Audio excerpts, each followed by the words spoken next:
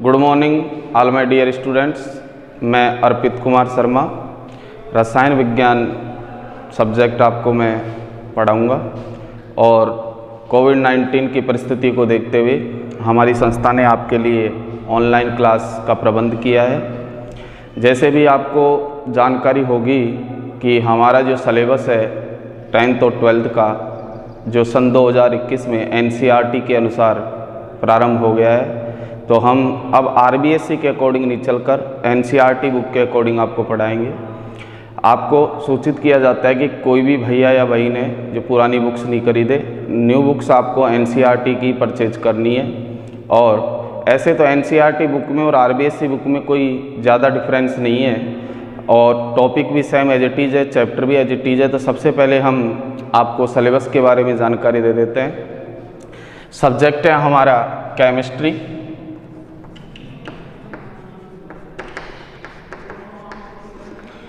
और chemistry subject में हम सबसे पहले आपको सिलेबस के बारे में जानकारी देते हैं कि आपके सिलेबस में कौन कौन से चैप्टर हैं। तो आपका जो चैप्टर नंबर फर्स्ट है, यहाँ मैं चैप्टर का नाम लिख रहा हूँ और इस तरफ चैप्टर नंबर हो जाएगा। सबसे पहला चैप्टर आपका सॉलिड स्टेट, ठोस अवस्था।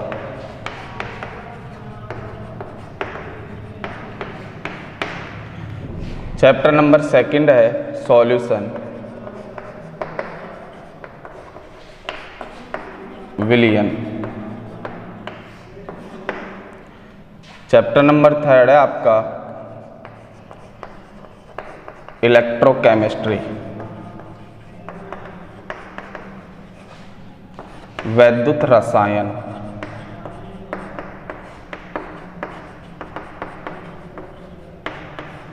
चैप्टर नंबर 4 है आपका केमिकल काइनेटिक,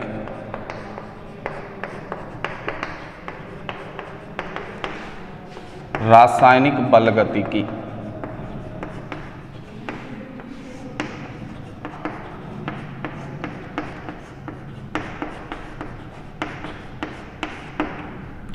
चैप्टर नंबर 5 है सरफेस केमिस्ट्री,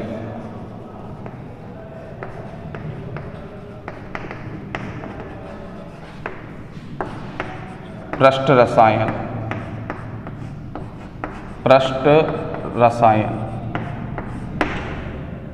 नोट करोगे चैप्टर आप पहले।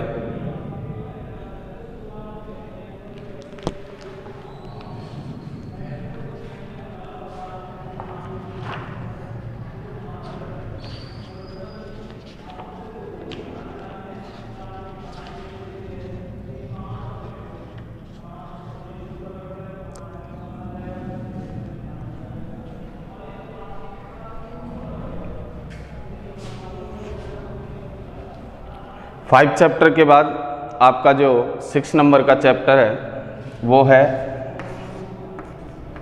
तत्वों के निष्कर्षण के सिद्धांत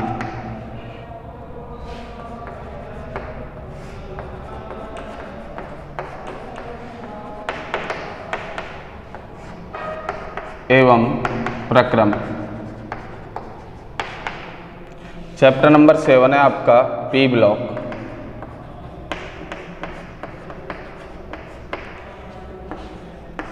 चैप्टर नंबर 8 है आपका डी व एफ ब्लॉक। और चैप्टर नंबर 9 है आपका कोऑर्डिनेशन कंपाउंड मीन्स उप सह संयोजक यौगिक।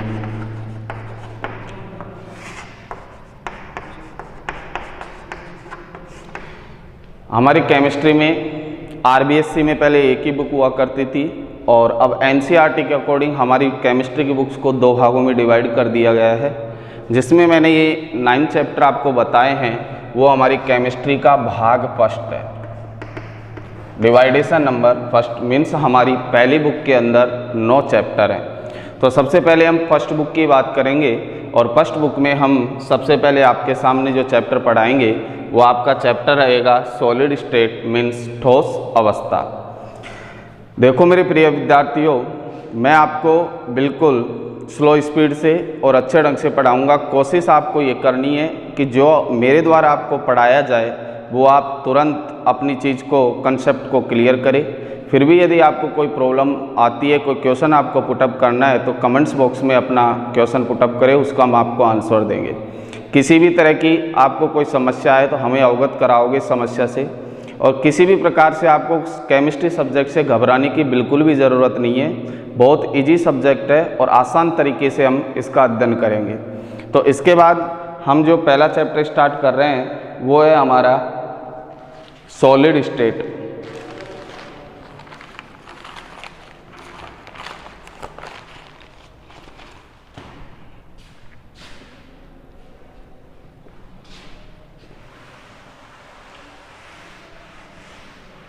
साथ में नोट करते जाएंगे जो आपको पढ़ाया जा रहा है।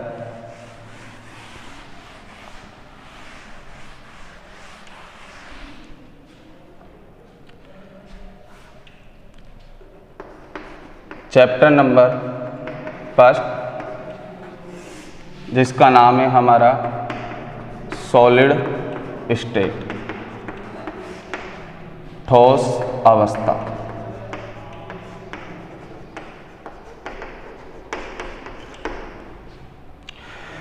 ठोस अवस्था पदार्थ की एक अवस्था है। जनरली मुख्यतः पदार्थ की 3 अवस्था होती है, जिसका अध्ययन आप पिछली क्लासों से कक्षा 6 से 7 से अध्ययन करते आ रहे हो। मुख्यतः पदार्थ को 3 अवस्थाओं में बांटा गया है। पदार्थ होता है ठोस अवस्था में, गैस अवस्था में और द्रव अवस्था में। Means solid phase, liquid phase and gas phase. ठोस अवस्था के बारे में आपको जानकारी पहले से ही होगी। हर चीज़ को, हमें किसी चीज़ को, कंसेप्ट को रटना नहीं है, कंसेप्ट को क्लियर करना है, समझकर हमें उस चीज़ को क्या करना है, याद करना है। ठोस होते क्या हैं, ठोसों के गुणधर्म क्या होते हैं। जिस प्रकार से द्रव के गुणधर्म है, गैस के गुणधर्म है, उसी प्रकार से ठोस के भी गुणधर्म होते हैं। तो इस चैप्टर में हम जो चर्चा करेंगे वो करेंगे कौन सी अवस्था की, ठोस अवस्था की। लेकिन इसके साथ साथ हमें कुछ बेसिक जो जानकारी है, नॉलेज आपको होनी चाहिए कि द्रव क्या होता है, गैस क्या होता है, ठोसों का आकार आयतन निश्चित होता है, क्यों होता है, द्रव का केवल आयतन निश्चित होता है, आकार निश्चित नहीं होता, क्या रीज़न है, गैस का ना तो आयतन निश्चित होता है ना आकार निश्चित होता है। तो इन चीज़ों को रटने की ज़रूरत हमें नहीं है। हम आपके सामने एग्जाम्पल देखकर कंसेप्ट करेंगे आपके क्लियर को। अब देखो भैया, सबसे पहले ठोस अवस्था होती क्या है, ठोस अवस्था किसे कहते हैं।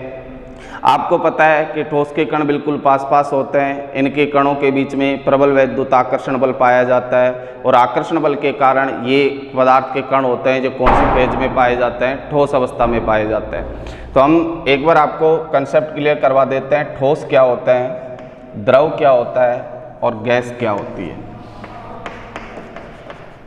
जैसे आपको बताया गया है कि ठोस का आकार व आयतन निश्चित होता है, द्रव का केवल आयतन निश्चित होता है, आकार निश्चित नहीं होता, और गैस का ना तो आयतन निश्चित होता है ना आकार निश्चित होता है। तो हम एग्जाम्पल ले लेते हैं कि ठोस का कोई उदाहरण, हमने ठोस गेंद ले ली या बॉल ले ली। द्रव का एग्जाम्पल हमने ले लिया जल, वाटर। और गैस का एग्जाम्पल हमारे पास कोई भी गैस ले ली, जैसे हमने हाइड्रोजन, नाइट्रोजन, ऑक्सीजन, ETC, काफ़ी गैसें हैं। अब देखो भैया, मैं आपके सामने एक पात्र ले रहा हूँ। जैसे हमने कोई बीकर ले लिया और इस बीकर में हमने इस ठोस बॉल को डाला। हमने इसका द्रव्यमान ले लिया कि ये 1000 ग्राम की है, मीन्स 1 किलोग्राम की बॉल है कोई। इसका हमने मास या द्रव्यमान जो भी ले लिया कि 1 लीटर पानी है, 1 लीटर कर दिया इसको।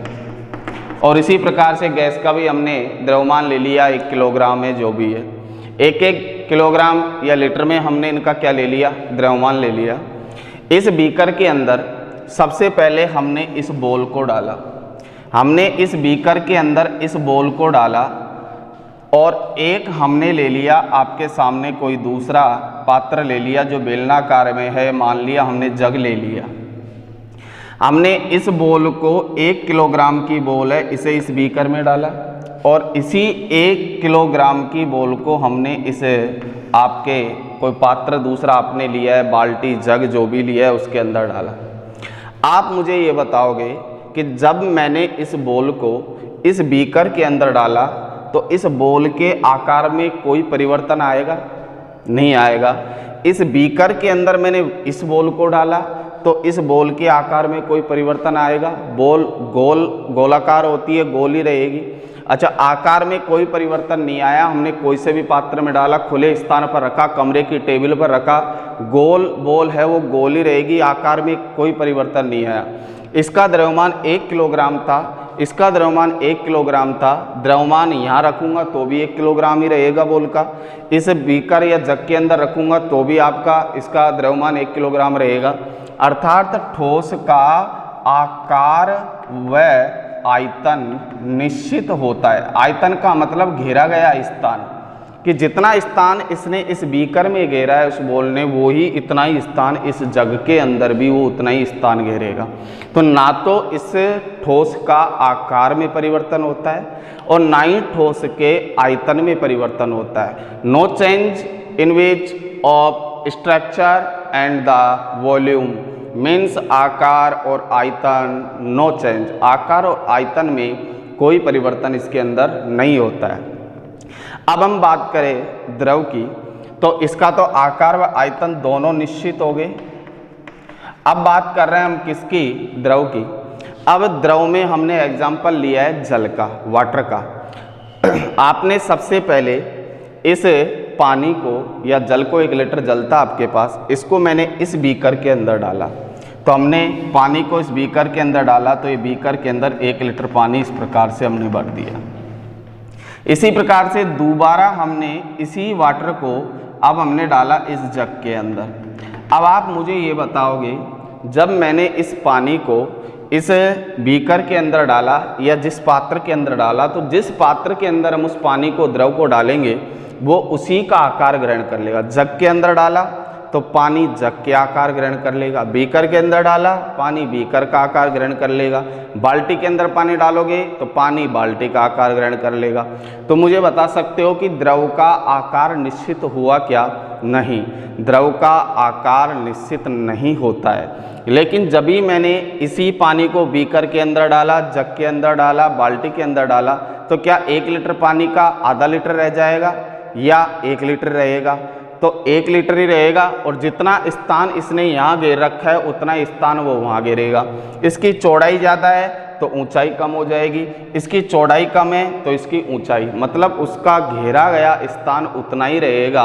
अर्थात द्रव का आकार तो निश्चित नहीं होता, लेकिन द्रव का आयतन क्या होता है? निश्चित होता है। तो द्रव का आकार अनिश्चित, जबकि द्रव का आयतन क्या होता है? निश्चित होता है।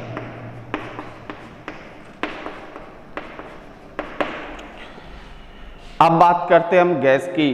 तो गैस के बारे में आप जानते हो कि जब हम किसी गैस को खुले पात्र के अंदर रखते हैं, या जैसे हमने बंद कमरे के अंदर गैस ली और 1 लीटर गैस हमने ले ली, अब उस गैस को मैं जिस स्थान पे रखूँगा, जैसे सिलेंडर के अंदर भरी हुई गैस है तो वो सिलेंडर का आकार ग्रहण कर लेगी।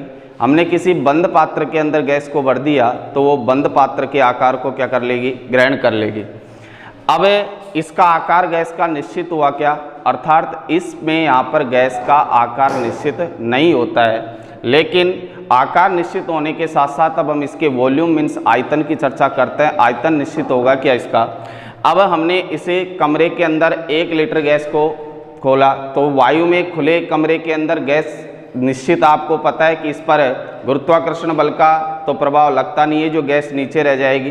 गैस उड़कर कहाँ चले जाती है? ऊपर चले जाती है। अर्थात गैसों का ना तो आकार निश्चित होता है, आकार व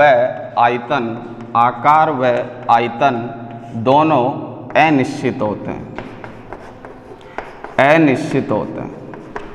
तो हमने 3 डिफरेंस देखे किस किस के बीच में? ठोस, द्रव और किसके बीच में? गैस के बीच में।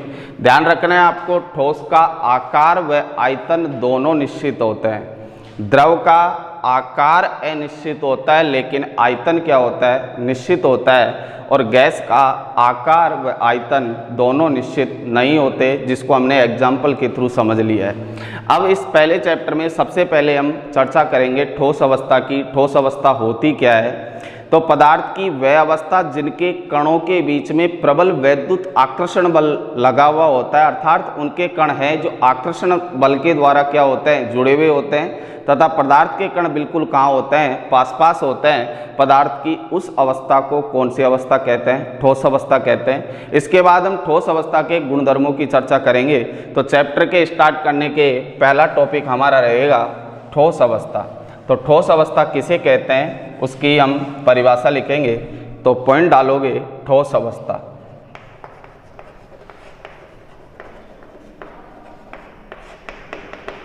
लिखोगे परिभाषा इसकी, पदार्थ की वह अवस्था, पदार्थ की वह अवस्था जिनके अवयवी कणों के मध्य प्रबल वैद्युत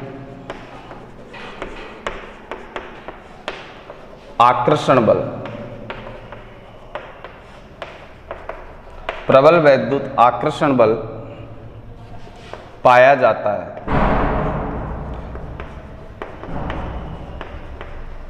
उसे पदार्थ की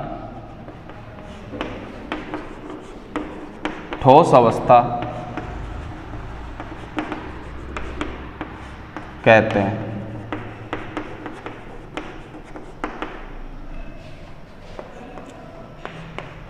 ठोस अवस्था में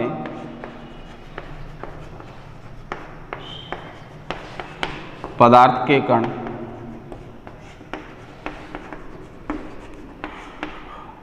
एक दूसरे से न्यूनतम दूरी पर, मतलब कम से कम दूरी पर, न्यूनतम दूरी पर स्थित होते हैं।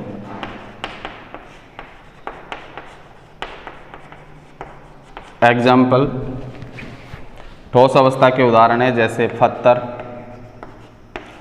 कंकड़, टेबल, कुर्सी, हीरा आदि। ये सभी किसके एग्जाम्पल है? ठोस अवस्था के। नोट करोगे आप ठोस अवस्था की परिभाषा। इसके बाद हम ठोस अवस्था के गुणधर्मों पर चर्चा करेंगे कि ठोस अवस्था के कौन कौन से गुणधर्म होते हैं।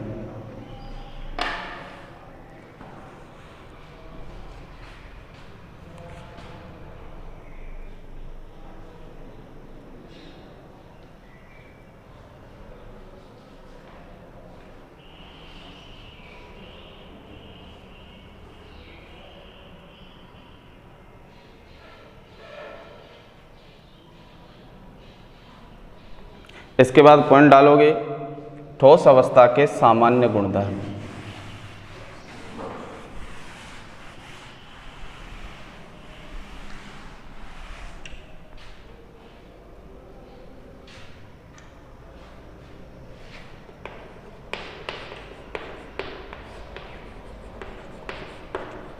ठोस अवस्था के सामान्य गुणधर्म।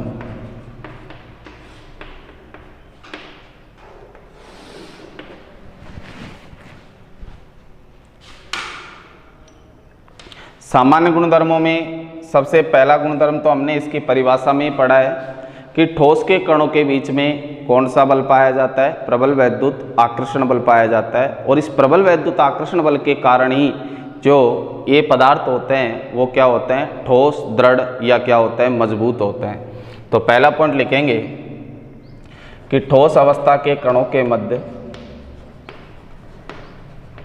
ठोस अवस्था के कणों के मध्य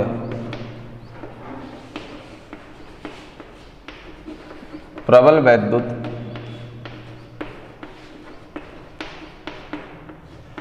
आकर्षण बल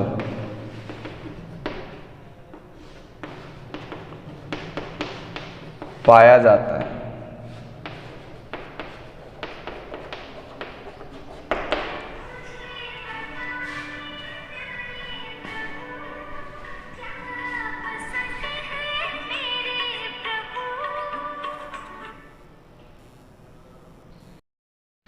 ठोस अवस्था के कणों के मध्य प्रबल वैद्युत आकर्षण बल पाया जाता है, इसलिए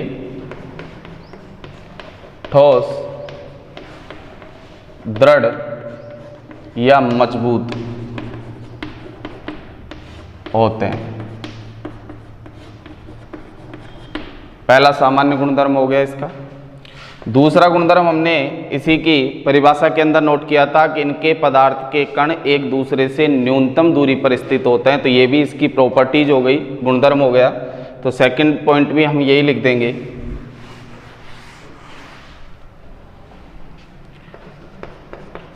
कि ठोस पदार्थ के कण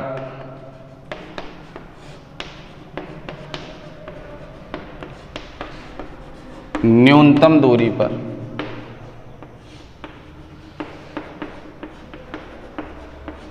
स्थित होते हैं।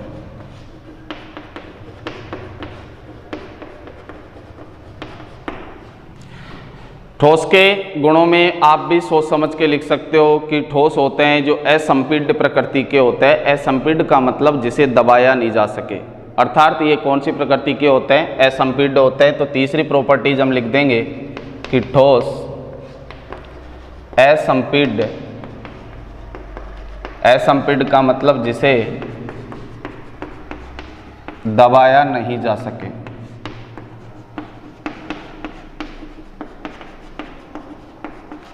असंपीड्य प्रकृति के होते हैं।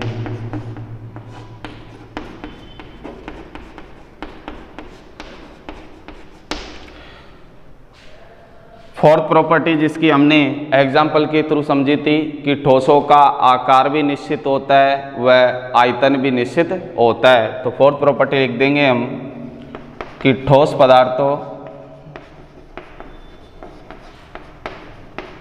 का आकार व आयतन निश्चित होता है। नोट करोगे 4 प्रॉपर्टीज इसकी।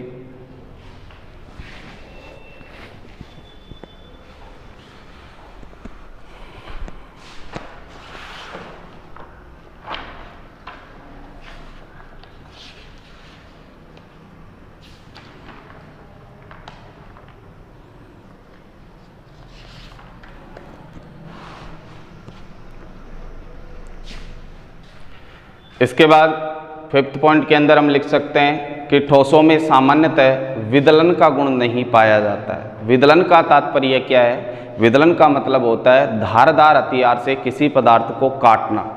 जिस पदार्थ को धारदार हथियार से काटा जा सकता है उसे हम विदलन का गुण कहते हैं। विदलन का मतलब होता है काटना। क्या हम ठोस को आसानी से काट सकते हैं? तो जनरली हम बात करें सामान्यतः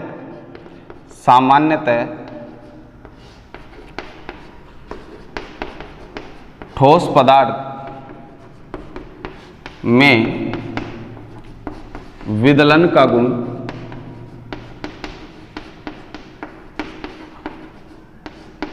बहुत कम होता है।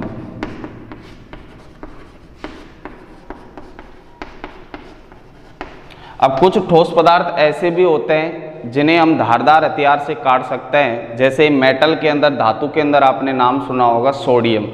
सोडियम एक ऐसी धातु है जो ठोस अवस्था में पाई जाती है, लेकिन इसे चाकू की सहायता से या धारदार हथियार से हम क्या कर सकते हैं? काट सकते हैं। इसलिए हमने इस प्रॉपर्टीज को पूर्णतः नहीं लिखा, हमने शुरू में लिखा है सामान्यतः, जनरली। मतलब ज़्यादातर जो ठोस पदार्थ है उनमें विदलन का गुण नहीं पाया जाता, लेकिन कुछ अपवाद स्वरूप ठोस पदार्थ ऐसे भी होते हैं जिनमें विदलन का गुण पाया जाता है। इसके अलावा 6ठे पॉइंट की बात करें हम कि जो ठोस पदार्थ होते हैं वो ठोस पदार्थ लघु परासी या दीर्घपरासी व्यवस्था में पाए जाते हैं।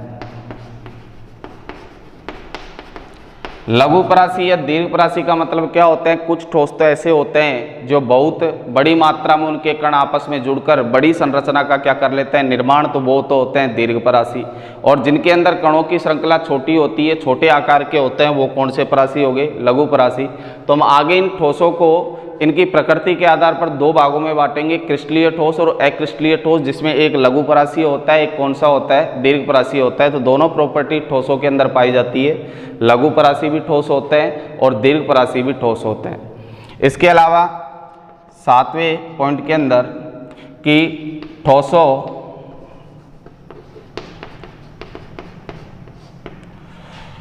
में क्रिस्टलीय ठोस के कण निश्चित आकार या ज्यामिति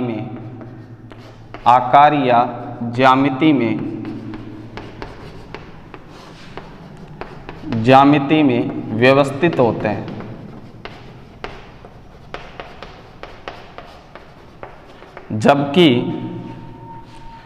जबकि अक्रिस्टलीय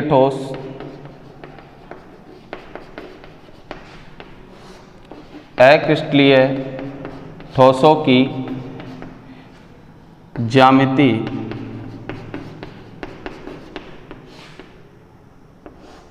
अनिश्चित होती है।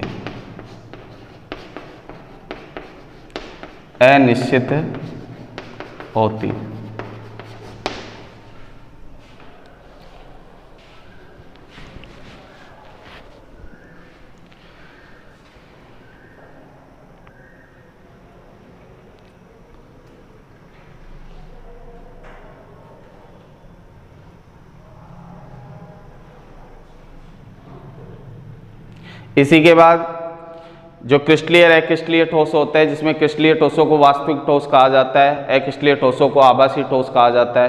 तो वास्तविक ठोस भी हो सकते हैं, आभासी ठोस भी हो सकते हैं। वास्तविक ठोस इन्हें क्यों कहा है, आभासी ठोस क्यों कहा है, इनको हम आगे जाके क्रिस्टलीय और अक्रिस्टलीय ठोसों को पढ़ेंगे, वहाँ आइडेंटिफाई करेंगे कि वास्तविक ठोस क्या होता है, आभासी ठोस क्या होता है।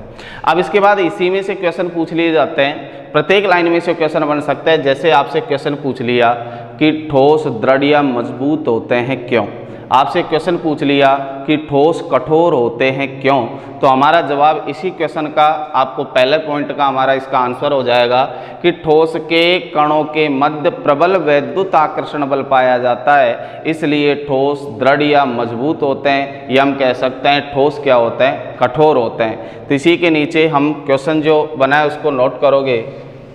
सामान्य गुणधर्मों में पहला क्वेश्चन है हमारा कि ठोस कठोर होते हैं क्यों। ठोस कठोर होते हैं क्यों? आंसर होगा इसका कि ठोस कठोर होते हैं क्योंकि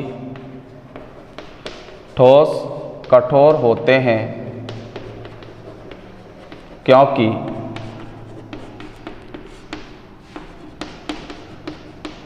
ठोस के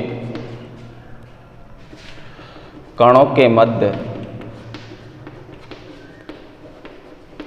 प्रबल वैद्युत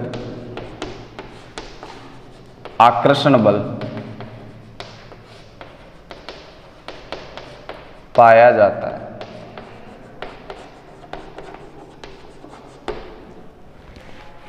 इसी प्रकार से आपसे दूसरा क्वेश्चन इस प्रकार से पूछ सकता है। देखो, कोई ज़रूरी नहीं है कि बुक्स के पीछे के क्वेश्चन आपके बने, हर लाइन से क्वेश्चन बन सकता है। यदि हमारा कंसेप्ट क्लियर है तो हम कोई से भी क्वेश्चन का जवाब दे सकते हैं। जैसे आपसे क्वेश्चन पूछ लिया कि ठोसों का आकार व आयतन निश्चित होता है क्यों। क्वेश्चन है हमारा कि ठोसों का आकार व आयतन निश्चित होता है क्यों, तो हमारा इस क्वेश्चन का जवाब क्या होगा। जैसे मैंने बताया था कि जैसे एग्जाम्पल दिया था कि एक हमने बीकर लिया था, और एक हमने कोई दूसरा पात्र ले लिया, जैसे हमने बेलनाकार बीकर या जिसे कह सकते हैं हमने कोई जग ले लिया। अब हमारे पास कोई ठोस पदार्थ, आपने उदाहरण लिया था ठोस के अंदर की 1 किलोग्राम की कोई बॉल है, और बॉल कैसी होती है, गोल होती है। मैंने इस बॉल को उठाकर इस बीकर में रखा, ये 1 किलोग्राम की कोई क्या है, बॉल है, और इसी बॉल को उठाकर मैंने इस बेलनाकार पात्र के अंदर रख दिया, वो यहाँ हमारी 1 किलोग्राम की वही बॉल हो गई। अब मुझे बता सकते हो कि जब मैंने इस बीकर में रखा तो बॉल का आकार यहाँ भी गोल था और यहाँ भी गोल है। किसी भी पात्र में रखो, बाल्टी में रखो, जग में रखो, टेबल पर रखो, कुर्सी पर रखो, तो क्या ये बॉल अलग अलग जगह पे रखने पर इसके आकार में कोई परिवर्तन आएगा क्या? नहीं। अर्थात ठोस कोई सा भी हो, जनरली सभी ठोसों का आकार क्या होता है, निश्चित होता है। दूसरी बात हमने की थी कि ठोस आकार तो निश्चित होता है, लेकिन ठोसों का आयतन निश्चित होता है। क्यों? तो ठोसों का आयतन निश्चित, आयतन का मतलब हो गया घेरा गया स्थान, या उसके द्वारा कितना स्थान घेरा गया है वो उस पदार्थ का क्या कहलाता है, आयतन। मीन्स एक प्रकार से हम प्रॉपर्टीज उसके मास या द्रव्यमान की बात कर सकते हैं। जितना स्थान इस बॉल ने यहाँ घेरा है उतना ही स्थान यहाँ घेर रही है, उतना ही स्थान हम टेबल पर रखेंगे तो भी उतना ही स्थान घेरेगी, उतना ही स्थान हम किसी अन्य पात्र में रखेंगे तो वहाँ भी उतना ही स्थान घेरेगी। अर्थात ठोस का आकार भी निश्चित होता है और आयतन भी निश्चित होता है। जबकि मैंने क्या बताया था कि द्रव का आकार निश्चित नहीं होता, लेकिन उसका आयतन क्या होता है, निश्चित। अब जैसे हमने द्रव के अंदर एग्जाम्पल लिया था क्या, वाटर, जल। अब मैंने इस जल को 1 लीटर जल ले लिया हमने, और 1 लीटर जल को इस बीकर के अंदर भर दिया। अब इस 1 लीटर जल को मैंने इस जग के अंदर भर दिया। अब मुझे बताओगे जब मैंने इस बीकर के अंदर जल को भरा तो इस जल ने किसका आकार ग्रहण कर लिया, इस पात्र का आकार ग्रहण कर लिया। अब मैंने इसी जल को इस जग के अंदर भरा तो इसने किसका आकार ग्रहण कर लिया, जग का आकार ग्रहण कर लेगा। जब मैंने जल को बाल्टी के अंदर भरा तो जल किसका आकार ग्रहण कर लेगा, बाल्टी का। तो क्या मुझे बता सकते हो द्रव का आकार निश्चित रहा क्या? नहीं। क्यों? क्योंकि पहले इसने बीकर का आकार ग्रहण कर लिया, फिर जग का आकार ग्रहण कर लिया, फिर बाल्टी का। तो द्रव का आकार निश्चित नहीं होता, लेकिन क्या इस 1 लीटर पानी ने जितना स्थान घेरा है उतना स्थान यहाँ घेरेगा, उतना स्थान बाल्टी में घेरेगा। आयतन में कोई परिवर्तन आएगा क्या? तो इसका मतलब द्रव का आकार अनिश्चित होता है, लेकिन आयतन क्या होता है, निश्चित। जबकि ठोस का आकार व आयतन दोनों क्या होता है, निश्चित होता है। तो हमारा सेकंड नंबर का जो क्वेश्चन था वो क्वेश्चन ये है, क्वेश्चन नंबर 2 कि ठोस का आकार व आयतन निश्चित होता है क्यों? निश्चित होता है क्यों? तो इसका जवाब होगा हमारा कि ठोस के कणों के मध्य प्रबल वैद्युत आकर्षण बल होने के कारण, प्रबल वैद्युत आकर्षण बल होने के कारण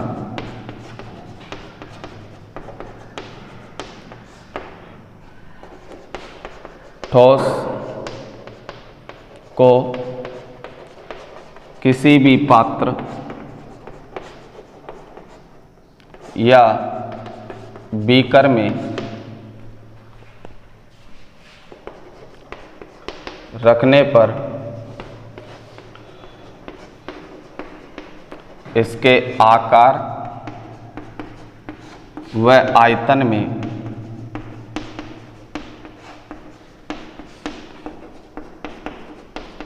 कोई परिवर्तन नहीं आता है, कोई परिवर्तन नहीं आता है। अतः ठोसों का आकार व आयतन, अतः ठोसों का आकार व आयतन निश्चित होता है।